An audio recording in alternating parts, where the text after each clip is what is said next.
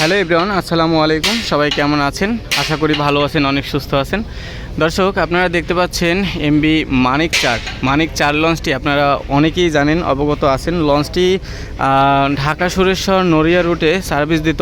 তো লঞ্চটি কিন্তু এই চরমোনাই ঐতিহাসিক মাহফিলে রিজার্ভ ট্রিপে গিয়েছিল এবং সেখানে গিয়ে যে কোনো কারণবশত অথবা স্টাফদের গাফুলতির কারণেই লঞ্চটি বার্থিং করা অবস্থায় কীর্তনখোলা নদীতে ডুবে যায়।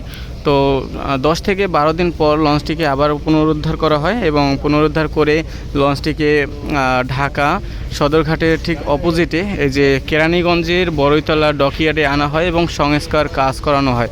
তো আপনারা দেখতে পাচ্ছেন অলরেডি কাজ শুরু হয়েছে এবং এই যে শ্রমিকরা কাজ করতেছে। আসলে এই লঞ্চটিকে সংস্কার করে নতুনভাবে রং করে একদম নতুনের মতো করে ফেলবে এবং তারপরে কিন্তু আবারও লঞ্চটিকে সার্ভিসে আনবে ঢাকা সুরেশ্বর নড়িয়া রুটে যারা যাতায়াত করেন তারা এই লঞ্চটিতে অনেক ভ্রমণ করেছেন।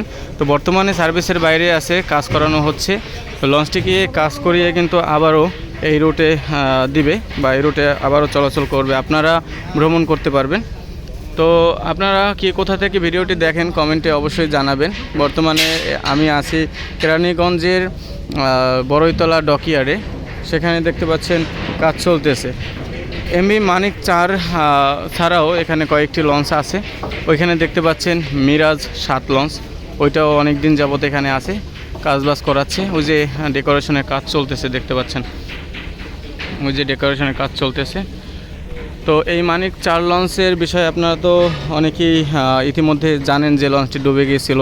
তো উঠাতে অনেকটা সময় লেগেছে, প্রায় 10 থেকে 12 দিনের মাথায় বিএডব্লিউটি এর পক্ষ থেকে বারবার বলা হয়েছিল যে মালিক পক্ষকে লঞ্চটি উঠানোর জন্য।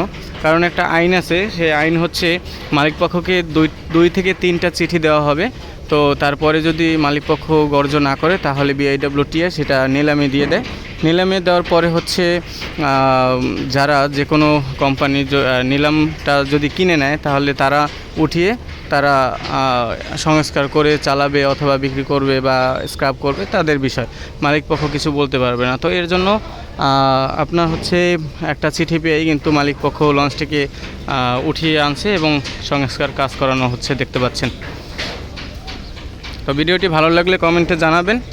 আর সবাইকে অসংখ্য ধন্যবাদ আমাদের ভিডিওটি দেখার জন্য। আমাদের পেজটি ফলো করবেন, আর যারা ইউটিউব থেকে দেখেন তারা আমাদের চ্যানেলটি সাবস্ক্রাইব করে সাথে থাকবেন। সবাইকে অসংখ্য ধন্যবাদ।